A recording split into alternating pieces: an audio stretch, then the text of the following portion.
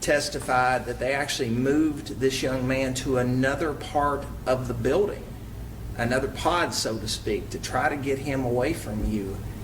And ma'am, not only did you not heed that advice and stop, it looks like to me you actually even doubled down on the behavior after that. And that's concerning. That's concerning. I know a lot of people in your letter talk about your mental health issues, that you've had issues with being bipolar, and I don't doubt any of that. I will say though, the 193 pages of letters, pictures, everything else, I mean, it depicts a very intelligent and articulate young woman who was clearly articulating her thoughts and desires to this kid.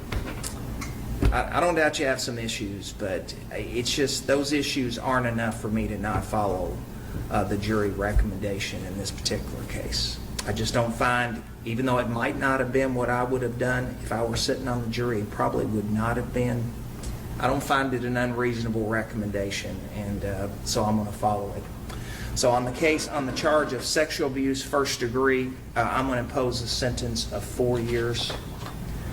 On the charge of unlawful transaction with a minor, illegal sex act, child under the age of 18, I'm going to impose a sentence of 10 years.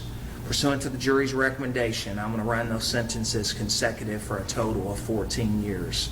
I'm also going to sign an order requiring you to register as a sex offender as required by law for 20 years. I'm signing the interpersonal protective order that would prohibit you from having contact with this young man. I think that is for a period of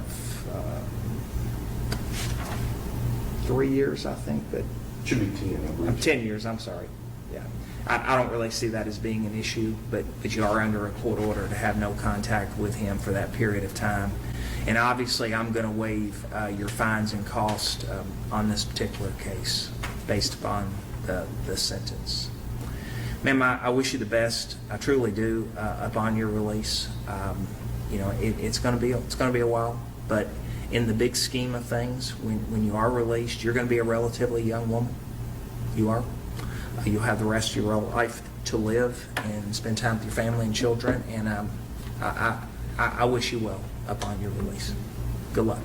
That'll conclude it. Judge, one just housekeeping. I think it's very minor, but the judgment should also reflect, I think, the conviction for distribution of obscene matter. I believe we agreed on a sentence of 12 months. We did. It's 12 months concurrent. Yes. Yes, on that. Okay. Good luck, man.